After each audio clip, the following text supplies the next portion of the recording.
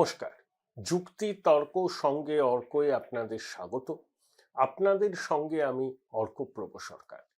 এই প্রতিবেদনের শিরোনাম দিয়েছি এবার ঠেলা সামলান দিদিমণি। এই নিয়েই তো বলবো, তার আগে আপনাদের কৃতজ্ঞতা জানাই। আপনারা যেভাবে আমাকে সহায়তা করছেন তার জন্য আমি সত্যিই কৃতজ্ঞ। আশা করি আপনাদের সহায়তা এভাবেই বজায় থাকবে। আপনারা যারা আমার অনুষ্ঠান দেখেন বিভিন্ন ডিভাইসে, তারা ইউটিউবে সাবস্ক্রাইবার বাটনের পাশে যে থ্যাঙ্কস বাটন আছে সেখানে ক্লিক করলেই সুপার থ্যাঙ্কস, এবং আপনারা আপনাদের সহায়তা আমাকে করতে পারবেন, আমার এই প্রচেষ্টার সঙ্গে নিজেদের যুক্ত করতে পারবেন। আবার আপনাদের জানাই অশেষ কৃতজ্ঞতা। দেখুন, বাবরি মসজিদের শিলান্যাস হয়ে গেল। এক কথায় বলতে গেলে এই বৃত্তটা সম্পূর্ণ হলো। কিসের বৃত্ত? আসলে মেরুকরণের বৃত্ত। 2019 সালে লোকসভা নির্বাচনের আগে থেকে বাংলায় রাজনৈতিক মেরুকরণ শুরু হয়েছিল। মেরুকরণ অনেকটাই হয়েছিল 2019-এ, 21-এ, 24-এ, 26-এ রাজ্যের বিধানসভা নির্বাচন হবে সম্পূর্ণ মেরুকরণের আবহে। এ বিষয়ে কণামাত্র সংশয় অন্তত আমার নেই। আপনাদের থাকলে আপনারা জানাবেন আপনাদের সুচিন্তিত মতামত, কিন্তু আমার নেই। কারণ হুমায়ুন কবির, যাকে আমি সবসময় লুজ ক্যানন বলে অভিহিত করি, তিনি যে বাবরি মসজিদ গড়ার ডাক দিয়েছেন মুর্শিদাবাদের বেলডাঙ্গায়, তার তাৎপর্য অপরিসীম।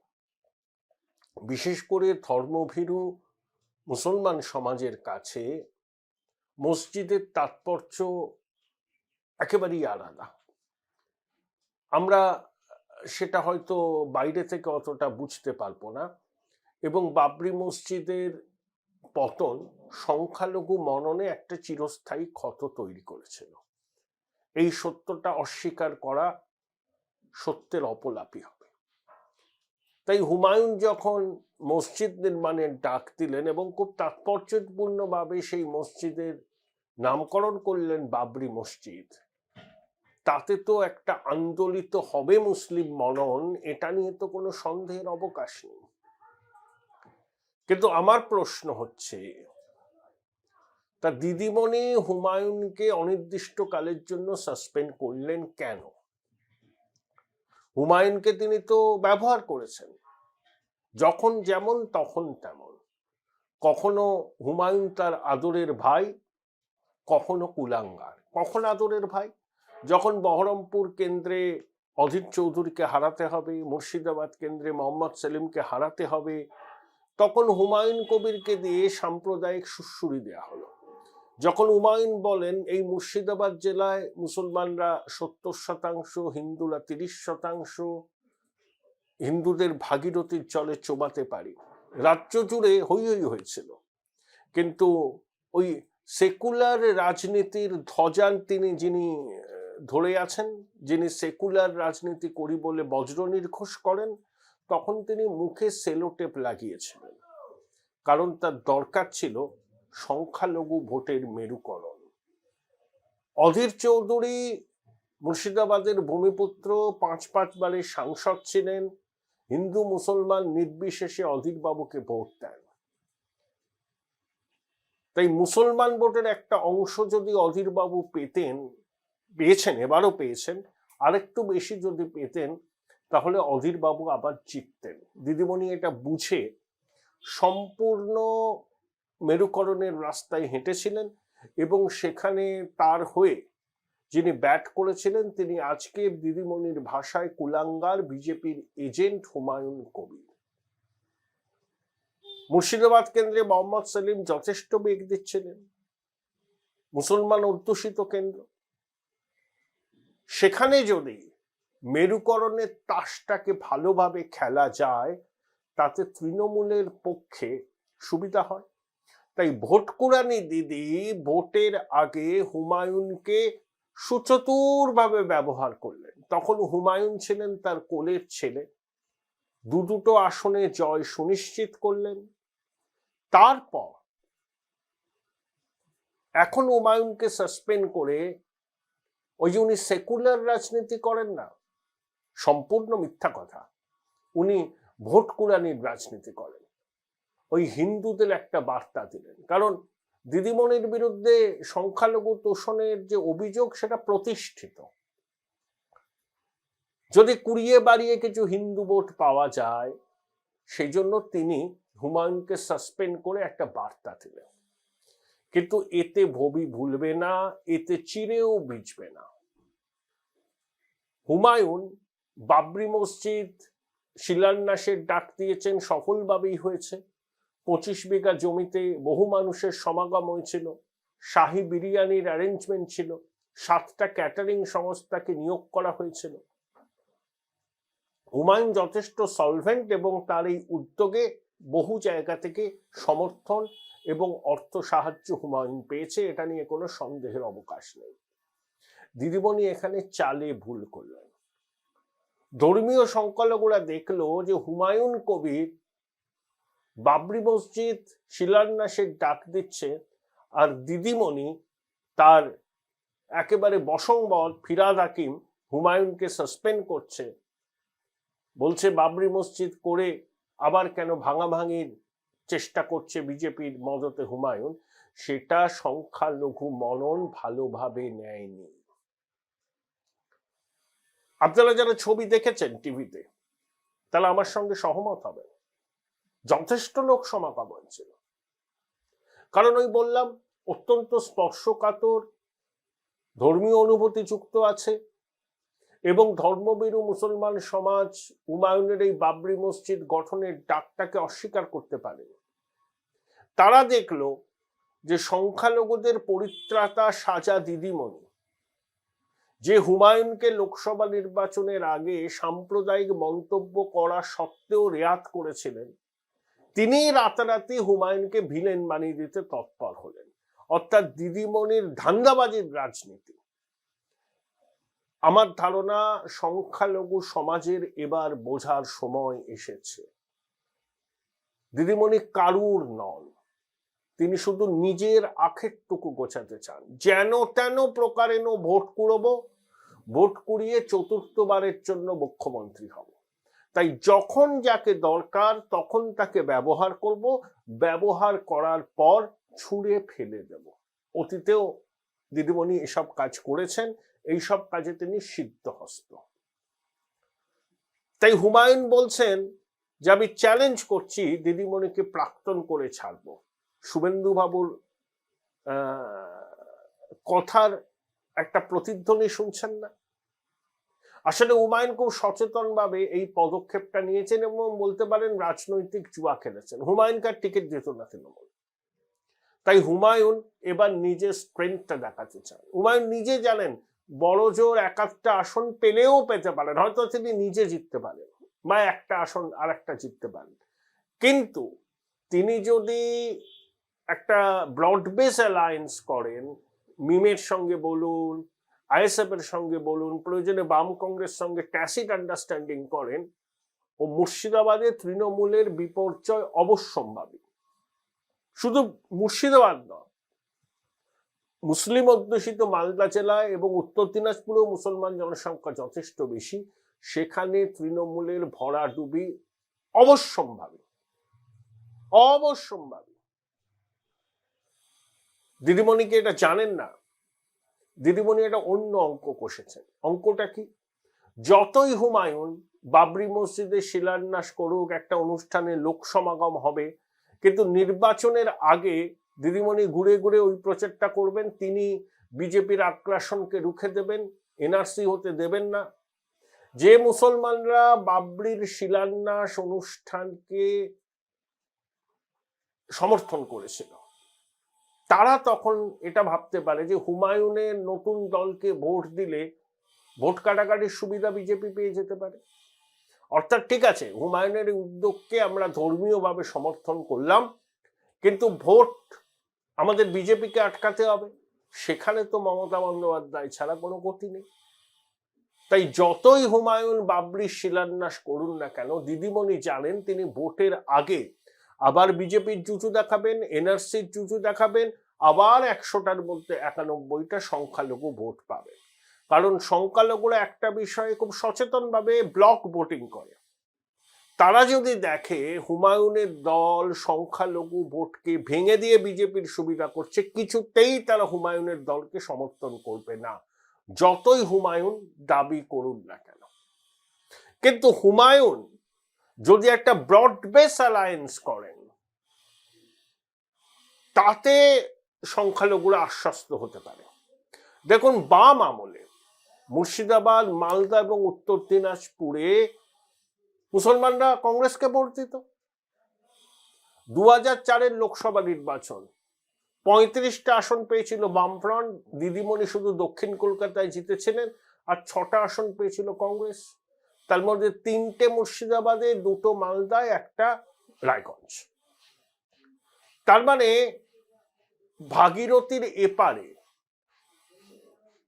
মানে ধরুন দক্ষিণ মুর্শিদাবাদকেই মধ্যবঙ্গ বলছি, দক্ষিণবঙ্গে মুসলমানদের ভোটদানের প্যাটার্ন যা মুর্শিদাবাদ, মালদা, উত্তর দিনাজপুর, দক্ষিণ দিনাজপুর, উত্তরবঙ্গে আলাদা, বাম আমলেও আমরা দেখেছি। তাহলে দক্ষিণবঙ্গের বিস্তীর্ণ অঞ্চলে মুসলমানরা বামেদের সমর্থন করত, আবার মুর্শিদাবাদ, মালদা, দিনাজপুর এবং উত্তরবঙ্গের অন্য জেলাতে তাদের অনেকে কংগ্রেসকে সমর্থন করত। 2021 সালের নির্বাচনের প্রথম দফায় কুচবিহারে ভোট হয়েছিল। শীতলকুচিতে সিআরপিএফ এর গুলিতে 4 জন সংখ্যালঘু মারা গিয়েছিলেন। তারপর বিজেপির নেতারা যে আস্ফালন শুরু করেছিলেন, সেটা বিজেপির কি বলবো আর কি, পায়ে কুড়ুল মেরেছিল বিজেপি। রাহুল সিনহা বলুন, দিলীপ ঘোষ বলুন, যেভাবে হুঙ্কার ছাড়ছিলেন, সংখ্যালঘুরা ভয় পেয়েছিল। তারা তখন একজোট হয়ে তৃণমূলকে সমর্থন করেছিল, কারণ তারা মনে করেছিল যে এবার আর বাম কংগ্রেস নয়, এবার তৃণমূলকেই ভোট দিতে হবে, নইলে বিজেপির সুবিধা পেয়ে যাবে। আবার 24-এর লোকসভায় কি দেখলাম, মালদাতে একটা কংগ্রেস আসন পেল। রায়গঞ্জ আসনে ভিক্টর প্রচুর ভোট কেটে তৃণমূলের যাত্রা ভঙ্গ করলো। এটা আমরা দেখেছি। মুর্শিদাবাদেও বাম কংগ্রেস ভালো ফল করেছে, প্রচুর ভোট পেয়েছে, জিততে পারেনি, একথা ঠিক, জিততে পারেনি, কিন্তু প্রচুর ভোট পেয়েছে। তাহলে হুমায়ুন যদি সত্যি একটা দাগ রাখতে চান, তাকে কিন্তু এমন একটা বিশ্বাসযোগ্য অ্যালায়েন্স করতে হবে যেখানে সংখ্যালঘু অধ্যুষিত, যেখানে সংখ্যালঘুরা সংখ্যাগরিষ্ঠ, যেখানে মুসলমানরা সংখ্যাগরিষ্ঠ, সেখানে তারা সেই জোটকে তৃণমূলের একটা বিকল্প হিসাবে ভাবতে পারে। তারা যেন হুমায়ুনকে ভোট কাটুয়া পার্টি, বিজেপির সুবিধা করে দিচ্ছে, এভাবে না দেখে হুমায়ুনের নতুন রাজনৈতিক দল, সে যে আসলে একটা ফরমেডেবল অ্যালায়েন্স, শুধু হুমায়ুনের দল নয়, এর সাথে হয়তো কংগ্রেস, আইএসএফ, সিপিএম সবাইকে নিয়ে আসন সমঝোতা করে যদি নির্বাচনে লড়ে, তৃণমূলের কপালে অশেষ দুঃখ আছে, অশেষ দুঃখ আছে। কারণ ধরুন মুর্শিদাবাদে 70% হচ্ছে মুসলমান, তারাই 22টা আসনের মোটামুটি ফলাফল নির্ধারণ করে, অন্তত 19-20টাতে করে। সেখানে মুসলমানরা যদি দেখেন যে তৃণমূলের যিনি প্রার্থী আছেন আর হুমায়ুন সহ বাম কংগ্রেস জোটের যে প্রার্থী আছেন, তারা যথেষ্ট ওজনদার এবং তাদের বিশ্বাসযোগ্যতা আছে, তাদেরকে ভোট দিলে বিজেপির সুবিধা হবে না, বরঞ্চ তৃণমূলের আসন কমবে, তখন তারা কিন্তু ভোটটা দেবেন। তাই হুমায়ুন যে নতুন দল করে 135টা আসনে প্রার্থী দেবে বলছে, এটা তখনই হুমায়ুনের রাজনৈতিক গুরুত্ব পাবে যখন সে একটা ব্রড বেসড কোয়ালিশন করতে সক্ষম হবে। একে হুমায়ুনের খুব বিশ্বাসযোগ্যতা নেই, ও কংগ্রেস, তৃণমূল, বিজেপি, এখন আবার নতুন দল যাই করুন না কেন, বাবরি মসজিদের শিলান্যাসকে কেন্দ্র করে মুসলমানদের আবেগ সম্পূর্ণ অন্য বিষয়, ধর্মীয় অনুভূতি, তার সঙ্গে নির্বাচনী পাটিগণিতকে মেলানো সম্ভব নয়, প্রোভাইডেড যদি হুমায়ুন এমন একটা ভায়াবল অল্টারনেটিভ মুসলমানদের সামনে রাখতে পারেন অন্তত মালদা, মুর্শিদাবাদ এবং উত্তর দিনাজপুরে, তাহলে তৃণমূলের খুব মুশকিল হবে। এবং বিজেপি যদি যোগী আদিত্যনাথের মতো পোলারাইজিং ফিগারকে প্রচারে না আনে, তাহলে বিজেপিরও সুবিধা হবে, তৃণমূলের ভয়ঙ্কর রকম অসুবিধা হবে। তবে একটা কথা বলি, ওই 2001-এর বিধানসভা নির্বাচনের আগে সমীর পুততুন্ডু, সৈফুদ্দিন চৌধুরী যে পিডিএস করেছিলেন, পার্টি ফর ডেমোক্রেটিক সোশ্যালিজম, সম্মানজনক বিচ্ছেদ করে সিপিএম এর সঙ্গে দাগ কাটতে পারেন। কিন্তু সমীর পুততুন্ডু আর সৈফুদ্দিন চৌধুরীর সঙ্গে হুমায়ুনের পার্থক্য আছে। হুমায়ুন যে রাজনীতিটা করছেন তাতে একেবারে ধর্মীয় পরিচিতিকে সামনে এনে তিনি বলছেন মুসলমানরা দিদির জমানায় কি পেয়েছে 15 বছর, এ প্রশ্ন তো আমাদেরও। 100টার মধ্যে 91টা মুসলমানদের ভোট নিয়ে দিদিমণি সিংহাসনে বসবেন, আর মুসলমানদের মন্ত্রীকে আখরুজ্জামান বিদ্যুৎ প্রতিমন্ত্রী, সিদ্দিকুল্লাহ চৌধুরী 8 কোটি টাকা বাজেট লাইব্রেরি, আর ফিরাদ হাকিম মুসলিম সমাজের নেতা নন, ফিরাদ হাকিম আব্দুস সাত্তার নন, ফিরাদ হাকিম এবি গনি খান চৌধুরী নয়, জয়নাল আবেদিন নয়। কংগ্রেসি আমলে বরকত সাহেব গুরুত্বপূর্ণ মন্ত্রকে ছিলেন, আব্দুস সাত্তার ছিলেন, আরো গুরুত্বপূর্ণ সংখ্যালঘু নেতা সিদ্ধার্থ বাবুর ক্যাবিনেটে গুরুত্বপূর্ণ পদে ছিলেন। কিন্তু তৃণমূল 100টার মধ্যে 91টা সংখ্যালঘু ভোট নেবে, আর মুসলমানদের ওই দিতে হয় বলে দিয়ে 4 সদাগরের মনসা পুজো করার মতো, তা তো চলবে না। কেন দিদিমণি ঘোষণা করছেন না, যদি ক্ষমতায় আসি মুসলমানদের মধ্যে থেকে উপমুখ্যমন্ত্রী করব? উনি টুপি দেবেন, স্কলারশিপ দেবেন, কিছু কন্ট্রাকচুয়াল এমপ্লয়মেন্ট তৈরি করবেন, আর শাহজাহান, জাহাঙ্গীর, কাইজার, মুদাসসারের মতো স্ট্রং ম্যানকে রাস্তায় নামিয়ে দেবেন, ইমাম মুয়াজ্জিমদের ভাতা দেবেন। এতে বারবার এই খেলা হয় নাকি? সবাই কি বোকা নাকি? দিদিমণি খেলা সবাই ধরতে পারে। উনি হলেন কাজের বেলা কাজী, কাজ ফুরলে পাজি, একেবারে মুখ মুছে ফেলে দেবেন। হুমায়ুনকেও তিনি তাই করলেন। এটা হচ্ছে দিদিমণির রাজনীতির একটা বৈশিষ্ট্য, অত্যন্ত ব্যক্তিকেন্দ্রিক, শুধু নিজের টুকু, কিভাবে নিজে ক্ষমতায় থাকা যায় যে কোনো মূল্যে, যখন যাকে কাজে লাগানোর তখন তাকে কাজে লাগাবো, কাজ পুরোলে চিনতে পারবো না। দিদিমণি সব মির্জাফর বলেন না, যদিও নবাবের জমি থেকে তিনি আবার মির্জাফর বলেন, হয়তো চক্ষু লজ্জার খাতিরে বলেননি। পশ্চিমবঙ্গের রাজনীতিতে বিশ্বাসঘাতকতার নজির যদি কারুর থাকে তার নাম মমতা বন্দ্যোপাধ্যায়।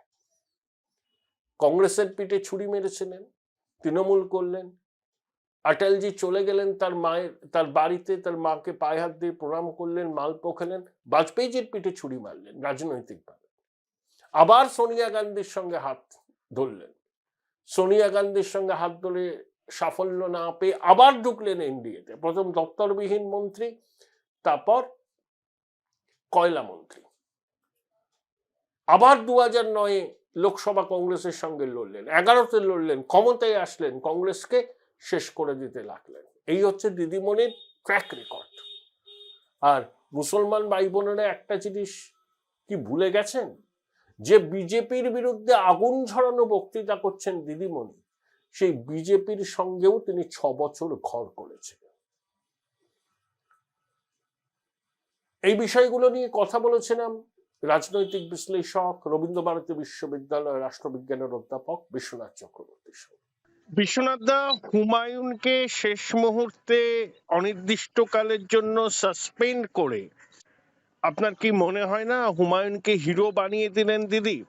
এবং হুমায়ুন যে হুমকিটা দিচ্ছেন মুর্শিদাবাদে তৃণমূলকে সিঙ্গেল ডিজিটে নামিয়ে আনবো, সেটা অনেকটাই বাস্তবসম্মত মনে হচ্ছে না বর্তমান পরিপ্রেক্ষিতে? রাজনীতি তো অনেক ন্যারেটিভের জায়গা আছে। পরে আজ থেকে 10 বছর আগে যদি তুমি এই প্রশ্ন করতে আমি অবশ্যই তোমার সাথে সহমত 100% হয়ে আমার বিশ্লেষণ রাখতাম। কিন্তু এখন অনেক অঙ্ক কাজ করে। মানে হুমায়ুনের প্রতি এত মানে কঠোর ব্যবস্থা এখন শেষে তৃণমূল দেখাচ্ছে কেন, হুম, এটাও আমার অ্যানালিসিসের মধ্যে আনতে হয়। হুম, মানে এমন তো নয়, মমতা বন্দ্যোপাধ্যায় যেহেতু হিন্দু ভোটের একটা পোলারাইজেশন বিজেপির পক্ষে হচ্ছে, হুম, ফলে সাধারণভাবে লাস্ট কয়েকটা নির্বাচনেই দেখা যাচ্ছে যে বিজেপি প্রতি ঝোঁক হিন্দুদের অনেকটাই বেড়েছে। হুম, 19 সালে প্রতি 100 জন হিন্দুর মধ্যে 54 জন ভোট দিয়েছিল। হুম, 21 সালে 54 জন একই রকম ভাবে হিন্দুরা ভোট দিয়েছিল। হুম, আর আসন সংখ্যা লোকসভায় 18 থেকে 12তে নামলেও হুম, প্রায় 100 জন হিন্দুর মধ্যে 55 জন হিন্দু ভোট দিয়েছিল বিজেপির পক্ষে। হুম, ফলে এই যে ধারাবাহিকভাবে দেখা যাচ্ছে যে হিন্দু ভোটের একটা পোলারাইজেশন বিজেপির পক্ষে যাচ্ছে, হুম, এবং মমতা বন্দ্যোপাধ্যায় একটা অতিরিক্ত ভাবে সংখ্যালঘু প্রীতি বা তোষণ তার বিরুদ্ধে অভিযোগ আছে। হুম, ফলে সেই জায়গা থেকে হুমায়ুনের মতন যারা সাম্প্রদায়িক মুখ বলা যায়, হুম, তাদেরকে যদি তাদের বিরুদ্ধে যদি ব্যবস্থা নেয়, হুম, তাহলে প্রতীক কিভাবে হিন্দুদের বোঝাতে পারবে যে আমি কঠোর মুসলিমদের বিরুদ্ধে, আমি তোমাদেরও আছি, হিন্দুদের জন্য আছি, হুম, আমি তোমাদের জন্য জগন্নাথ মন্দির তৈরি করলাম, দুর্গাঙ্গন তৈরি করছি, শিলিগুড়িতে মহাকাল মন্দির তৈরি করছি, আর দেখো বাবরি মসজিদ তৈরি করতে যারা যাচ্ছে তাদেরকে আটকালাম। ফলে এই এটা অঙ্কটা এটা হিতে বিপরীত হবে না তো? বিশেষ করে বাবরি মসজিদের ডাক দেওয়ার পর যে ছবি দেখছি এবং গ্রাউন্ড রিপোর্ট আমি পাচ্ছি বিশ্বনাথ দা, আহ, উন্মাদনা তৈরি হয়েছে ওখানে। না দেখো এটা ঠিক হুম, যে হুমায়ুন কবিরের ভরতপুর, রেজিনগর, বেলডাঙ্গা এই অঞ্চলটাতে যেমন প্রভাব আছে, হুম, আবার একই সাথে ধর্মীয় প্রশ্নে কিন্তু সংখ্যালঘুরা ঐক্যবদ্ধ থাকে অনেক বেশি। হুম, ফলে মানে যাদের মনের মধ্যে দুঃখ আছে যে বাবরি মসজিদ ধ্বংস হয়েছে, বাবরি মসজিদ যদি একজন তৈরি করতে চায় হুম, সেটা কেন তৈরি হবে না, হুম, যদি পুরীতে হুম, পুরীর মন্দিরকে অবলম্বন করে, জগন্নাথ মন্দিরকে অবলম্বন করে ওই নামেই, হুম, অর্থাৎ জগন্নাথ ধাম হুম, ইয়েতে দীঘাতে গড়ে তুলতে পারে সরকার নিজে। হুম, মনে রাখবে, পুরীর মন্দিরের আদলে মানে জগন্নাথের নাম রেখেই জগন্নাথ ধাম, হুম, তাহলে আমি বাবরি মসজিদ ধ্বংস হতে পারে, বাবরি মসজিদের নাম আমি কেন দিতে পারবো না, এই লজিকটা তো থাকবেই। হুম, ফলে একটা সেন্টিমেন্ট আছে, তোমাকে আমি অস্বীকার করতে রাজি নই, হুম, কিন্তু হুম, মানে মানে একেবারে ব্ল্যাটেন্টলি আমি বলতে পারবো না যে এই অঙ্কটা মানে কোন দিকে যাবে, কারণ এই ন্যারেটিভ না কত ধরনের তৈরি হচ্ছে। আমি তোমায় হুম, বলছি, হুম, এই মুর্শিদাবাদে দুটো সিটেই, হুম, তোমার গিয়ে মুর্শিদাবাদ এবং বহরমপুর হুম, দুটোতেই একটা বড় সময় ধরে আমরা যখন সমীক্ষার কাজ করছিলাম তখন দেখছিলাম হুম, মুর্শিদাবাদে মোহাম্মদ সেলিম এগিয়ে আছে, হুম, আর বহরমপুরে অধীর চৌধুরী এগিয়ে আছে।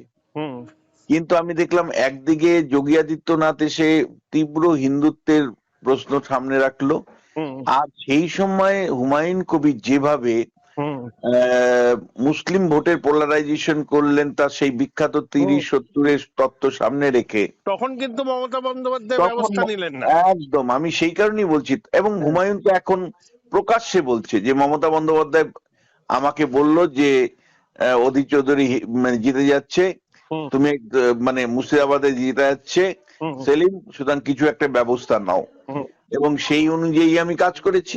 হুম, এটা প্রকাশ্যেও বলছে এখন। হুম, হুম, তা আমি সেই কারণেই বলছি কে কখন, মানে এখন না রাজনীতিতে ন্যারেটিভ তৈরি হচ্ছে এবং আইডেন্টিটির উপর ভিত্তি করে নানা ধরনের নির্মাণ হচ্ছে, ভাষ্য নির্মাণ হচ্ছে। হুম, সেই ভাষ্যের পার্ট হিসাবে ইয়ে হুমায়ুন আছে, হুম, হুমায়ুনই আচরণ করছে, তাকে যে সাসপেন্ড করা হলো সেই ভাষ্যের পার্ট, যেখানে হিন্দুদেরকে বার্তা দেওয়া হবে হুমায়ুনকে বধ করে, হুম, এইটা নাকি নাকি হুমায়ুন সত্যি তৃণমূল কংগ্রেসের যে সাংগঠনিক জায়গা সেটা না পেয়ে বছরকে বছর ধরে ক্ষোভ ছিল অপূর্বদের বিরুদ্ধে, সেই অপূর্ব সরকারদের বিরুদ্ধে প্রকাশ্যেও দিনের পর দিন ক্ষোভ প্রকাশ করেছে। তার বক্তব্য ছিল যে তাকে কেন সংগঠনের মধ্যে অন্তর্ভুক্ত করা হয় না, গুরুত্ব দেওয়া হচ্ছে না। পরবর্তী পর্যায়ে দলের সাথে দূরত্ব বাড়ে এবং সবশেষে তিনি নতুন দল গঠনের কথা বলেছেন এবং বাবরি মসজিদ গঠনের যে উদ্যোগ এই যে বিশ্বনাথ দা, আখরুজ্জামান এবং নিয়ামত শেখ এদের দুজনকে একেবারে তড়িঘড়ি করে তৃণমূল ভবনে যেতে বলেছিলেন দিদি ফোন করে। ওরা জানতেন না হোয়াট ওয়াজ দ্য পারপাস। গিয়ে দেখেন মঞ্চ আলো করে ববিদা বসে আছে এবং এই মেসেজটাই দেওয়া, দেখো হুমায়ুনের সাসপেনশন মুর্শিদাবাদের তৃণমূল নেতৃত্ব সমর্থন করছে। বিষয়টা কিন্তু অনেকটা তা নয়, কিভাবে দেখেন? না না, এটা প্রথমত মানে এটাই তো মমতা বন্দ্যোপাধ্যায় আরো প্রকাশ করে দিলেন যে হুমায়ুনের সাসপেনশন রাজ্য সভাপতি সুব্রত বক্সী বললেন না, বা তাদের যে স্পোক্স পার্সন প্রতিদিন দেখি তারা বললেন না, মুসলমান নেতাদেরকে নিয়ে বলাতে হলো। এটাই তো রাজনীতি, এটাই তো সাম্প্রদায়িক রাজনীতি। এবং আমি তোমাকে পরিষ্কার করে বলছি, ববি হাকিমকে দিয়ে বলাচ্ছেন, মানে সাসপেনশনের যে করছেন, সেই ববি হাকিমের বিরুদ্ধে তো তিনি মহানাগরিক, তিনি একটা পদে ছিলেন, তিনি মানে আছেন, তিনি কলকাতা কর্পোরেশনের মহানাগরিক, শপথ বাক্য পাঠ করা মহানাগরিক, তিনি আরবান ডেভেলপমেন্ট মিনিস্টার। তিনি যখন জনসমক্ষে বলেন যে অহিন্দুরা, অমুসলিমরা ভাগ্যহীন এবং তাদের দাওয়াতে ইসলামের কথা বলেন, তখন কেন মমতা বন্দ্যোপাধ্যায় ববি হাকিমের বিরুদ্ধে ব্যবস্থা নেননি? কেন ব্যবস্থা নেননি? আজকে হুমায়ুনের বিরুদ্ধে যেটা আপাতত এসছে কারণগুলো, তার মধ্যে অবশ্যই বাবরি মসজিদ নির্মাণের ঘোষণা, মানে দলকে অমান্য করে, এবং দলের ক্ষোভ বিক্ষোভের, মানে দলে তার বিরুদ্ধে অভিযোগ শৃঙ্খলা ভঙ্গের, ইত্যাদি ইত্যাদি। কিন্তু ববি হাকিম যে প্রকাশ্যে বক্তব্যটা রেখেছিলেন যে অমুসলিমদের ভাগ্যহীন বলেছিলেন, তার জন্য প্রকাশ্যে মমতা বন্দ্যোপাধ্যায় কোন সমালোচনা করেছেন, তার বিরুদ্ধে ব্যবস্থা নিয়েছেন, কত বড় কথা বলেছেন। তার এমনও কথা বলেছেন যে এখন আমরা এত পার্সেন্ট আছি, পরবর্তী সময়ে এত পার্সেন্ট মানে আল্লাহর কৃপায় হয়ে যেতে পারি, মিনি পাকিস্তানের মতন ও শব্দ ইউজ করেছেন। ফলে এইটা কিন্তু সাম্প্রদায়িক রাজনীতি, আমি তোমায় বলছি। এবং একই সাথে তোমাকে বলবো, কয়েকদিন আগে তুমি লক্ষ্য করেছো যে সিদ্দিকুল্লাহ চৌধুরী কলকাতা অচল করে দিয়ে বলছে যে আমি প্রতিদিন অচল করে দিব দরকার হয়। মানে তোমার গিয়ে ওয়াকআপ বিল আইনের বিরুদ্ধে আন্দোলনের নাম করে কার্যত কলকাতা দখল নিয়েছিল এবং বলে যে হেল করে দিব কলকাতাতে। তারপরে কোনো ব্যবস্থা নিয়েছে? তা নয়। আসলে যে মুসলিমদেরকে যেখানে বার্তা দিতে হবে সেখানে ববি হাকিমকেও ছেড়ে দিতে হবে, হুমায়ুনকেও ছেড়ে দিতে হবে, সেখানে সিদ্দিকুল্লাহ চৌধুরীকেও ছেড়ে দিতে হবে। তারা তাদের মতন করে সংখ্যালঘু মুসলিমদেরকে সংগঠিত করবে বা মোবিলাইজ করবে। কিন্তু আমি যেটা অরির যে পয়েন্টটাতে, সেটা হলো যে দেখো, পশ্চিমবাংলার রাজনীতি তুমিও চর্চা করো অনেক দিক থেকে, আমিও চর্চা করি অনেক দিন থেকে। আমি কিন্তু লক্ষ্য করছি যে মমতা বন্দ্যোপাধ্যায় যখন কথা বলছেন, প্রথম 4-5টা সেন্টেন্স খুব ভালো ভালো কথা বলছেন। আমরা হিন্দু মুসলমান সবাইকে নিয়ে চলবো, হিন্দু মুসলমান খ্রিস্টান জৈন সবাই আমাদের কাছে সমান। তারপরের লাইনটাই উনি শুরু করে দিচ্ছেন, ওরা এনআরসি করবে, ওরা ডিটেনশন ক্যাম্পে পাঠিয়ে দিবে, মানে ভয়, মানে একেবারে পরিষ্কার, মানে গোষ্ঠীগত সংঘর্ষের ভয়। এবং সেই ভয়টাকে প্রতিনিয়ত প্রচার এর মধ্যে আনছেন। ফলে একেবারে তোমাকে পরিষ্কার বলছি যে শেষ পর্যন্ত কিন্তু আইডেন্টিটির উপর ভিত্তি করেই মমতা বন্দ্যোপাধ্যায়ও জিততে চাইছেন। দেখো, বিজেপি হিন্দুত্ব রাজনীতি করে, হিন্দুত্ব পার্টি, সেটা প্রকাশ্য, এবং আমরা জানি, হ্যাঁ, কোন লোকচাপা নেই যে হোয়াট ইজ বিজেপি। কিন্তু হোয়াট ইজ তৃণমূল কংগ্রেস, এটা কিন্তু ক্রমশ প্রকাশ্য হচ্ছে। তৃণমূলের কংগ্রেসের নেতা নেত্রীরা প্রথম 3টে লাইন বলেন আমাদের সবাইকে নিয়ে চলতে হবে, আমরা হিন্দু মুসলমান কি সকলেই সমান। তৃতীয় লাইনটাতে সেই সঙ্গে সঙ্গে একটা ভয় ভীতি সন্তুষ্ট করে পোলারাইজেশনের রাজনীতি করছে, যে আপনাদের এনআরসি করবে, আপনাদের মানে ডিটেনশন ক্যাম্পে পাঠিয়ে দিবে। ফলে আমি তোমায় বলছি, দিনের শেষে কিন্তু তোমাকে বলছি, এরা মানে যেভাবে বিভাজনের রাজনীতি করছে, তাতে কিন্তু চেয়ে বেশি যদি সাফার কেউ করে পশ্চিমবাংলার সাধারণ মানুষ করছে। যুব সমাজ যারা কাজ চাইছে তারা কিন্তু কাজের পরিবর্তে সাম্প্রদায়িক আবহ পাচ্ছে। যারা মনে করছে যে একটা সরকারের শিল্পায়ন করা দরকার, রাস্তাঘাট নির্মাণ করা দরকার, মিনিমাম স্বাস্থ্য পরিষেবা নেই সেইটাকে নিশ্চিত করা দরকার, স্কুলগুলোতে শিক্ষক নেই সেই নিয়োগ করা দরকার, সেই মানুষগুলো কিন্তু আমি বলছি দিনের শেষে বঞ্চিত হচ্ছে। কারণ খুল্লা যে সাম্প্রদায়িক রাজনীতি পশ্চিমবাংলায়, যেটা 47-48 সালে মানে 46-47 সালে পশ্চিম অবিভক্ত বাংলা দেখেছিল, বা কার্যত বলা যে তার একটা রিভিজিট ওয়েস্ট বেঙ্গলের রাজনীতিতে আমরা প্রত্যক্ষ করতে পারছি।